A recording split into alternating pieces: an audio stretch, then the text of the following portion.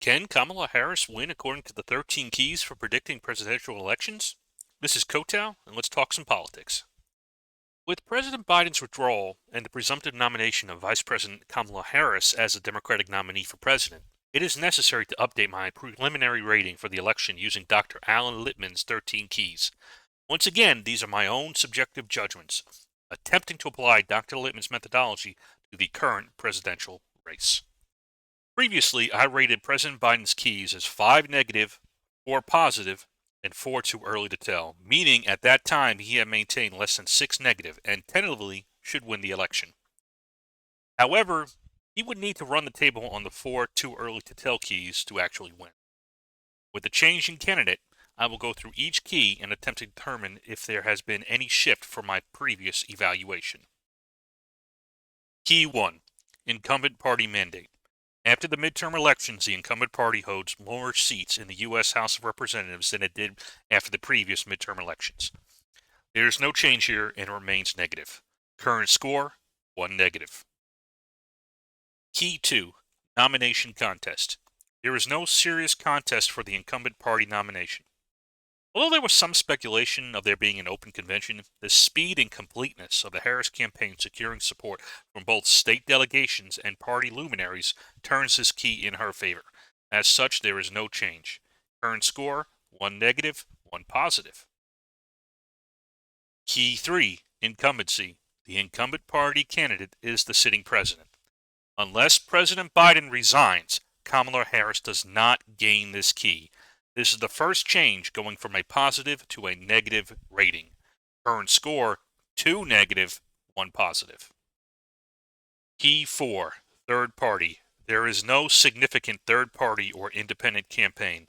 It is a bit early to see how Harris's entrance impacts the third party chances, but as of now, RFK Jr. appears to still have a sufficient rating of above 5% in the polls, drawing from both the GOP and Democratic support. As such, this key remains negative. Current score, 3 negative, 1 positive. Key 5. Short-term economy.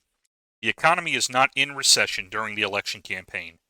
The emergence of Vice President Harris as the nominee has not changed my previous analysis, with the open question of whether this key turns on merely perceptions of recession or if it may apply to other concerns such as affordability and cost of living. This key remains too early to tell. Current score, 3 negative, 1 positive, 1 too early to tell. Key 6. Long-term economy. Real annual per capita economic growth during the term equals or exceeds mean growth during the previous 2 terms. Likewise, my previous analysis remains in effect. No change in this key. Current score, 3 negative, 1 positive, 2 too early to tell. Key 7. Policy change. The incumbent administration effects major changes in national policy. As President Biden is as of now remaining as president and appears to be committed to retaining his policy positions, this key remains turned in the Democrats' candidate's favor. Current score, 3 negative, 2 positive, 2 too early to tell. Key 8. Social unrest. There is no sustained social unrest during the term. Vice President Harris's more robust criticism of the current Israeli government's Gaza policy may blunt some of the protest movement, especially aimed at the Chicago Convention. As of now, this key remains turned in VP Harris's favor, while this one remains subject to reevaluation in the coming months. Current score, 3 negative, 3 positive, 2 too early to tell. Key 9. Scandal. The incumbent administration is untainted by major scandal. With President Biden withdrawing from the race and likely receding from the public eye, I think that widespread condemnation for potentially hiding his declining mental acuity will recede and will regress to merely a partisan contention, and as such does not turn this key. Furthermore, the resignation of the Secret Service Director may head off any scandal related to security failures regarding the attempted assassination of President Trump from gaining steam. This key also requires potential reevaluation, but as of now it has switched from too early to tell, turning in VP Harris's favor. Current score, 3 negative, 4 positive, 2 too early to tell. Key 10. Foreign or military failure. The incumbent administration suffers no major failure in foreign or military affairs. No change from my previous evaluation. This key remains against the Democrat nominee. Current score, 4 negative, 4 positive, 2 too early to tell. Key 11, foreign or military success. The incumbent administration achieves a major success in foreign or military affairs. It appears that President Biden will focus on foreign policy for the remainder of his term, particularly attempting to gain a ceasefire between Israel and Hamas and shoring up support for Ukraine. However, it is unclear whether he will have a stronger hand now, specifically in the Gaza conflict. Working in his favor, it seems likely that Netanyahu will calculate that he will get a better deal with Biden than he would with Harris at the helm. On the other hand, he may also calculate that he would be better served with a Trump administration, and therefore roll the dice that he is better off stringing the Biden administration along, betting on Trump winning the election.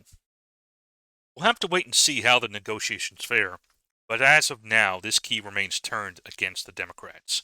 Current score, 5 negative, 4 positive, 2 too early to tell. Key 12, Incumbent Charisma. The incumbent party candidate is charismatic or a national hero. VP Harris's abysmal 2020 presidential campaign and her low approval rating as vice president indicate to me that she does not have sufficient charisma to turn this key.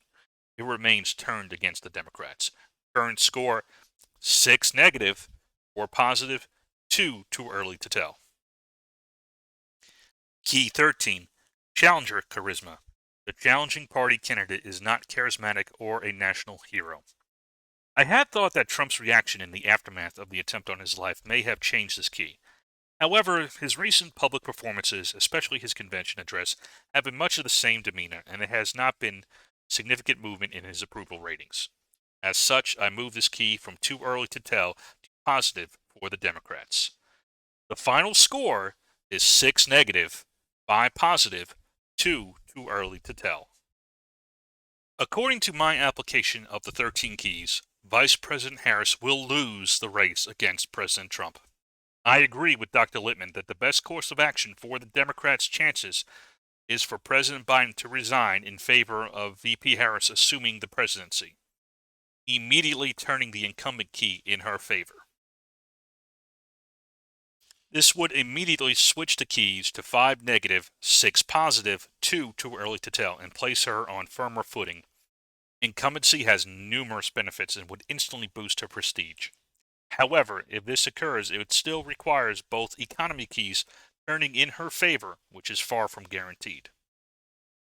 There is further risk, specifically with the social unrest and scandal keys, although I think there is less exposure to Harris than there was for Biden with these two particular keys. To stay on theme, I think Harris assuming the presidency would ease both, as she could adjust policy towards Israel to alleviate protesters' calls for action and silence any lingering doubts about the president's mental acuity by her assuming the office. Another potential avenue for Harris to improve would be to negate any viability for a third-party run, especially by RFK Jr.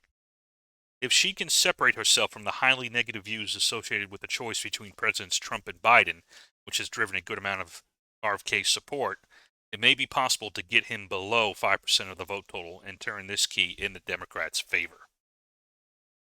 It is possible that the foreign policy success key may turn in the Democrats' favor with Biden remaining in office so that he could focus on getting a ceasefire deal done. However, tensions appear to be rising with continued possible extension of the war to the Houthis in Yemen and Hezbollah in Lebanon. Putting my IR hat on for a moment, given that Prime Minister Netanyahu has another card to play with Trump, Biden would be ill-served by placing his faith in striking a deal. But we'll have to wait and see. To sum up, at this point in time, according to my evaluation of Dr. Lichtman's 13 keys, Vice President Harris will likely lose the election. However, if she assumes the presidency with Biden's resignation, her odds markedly improve. On the other hand, even with this move, she may remain vulnerable with the election possibly turning on perceptions of the short and long-term economy. It may be that James Carville remains prophetic. It is the economy, stupid. But what do you think of my updated application of the 13 keys? Would you rate any of the keys differently? Do you think Biden resigning would improve Harris's chances? Let me know in the comments below. This is Kotal, and thanks for watching.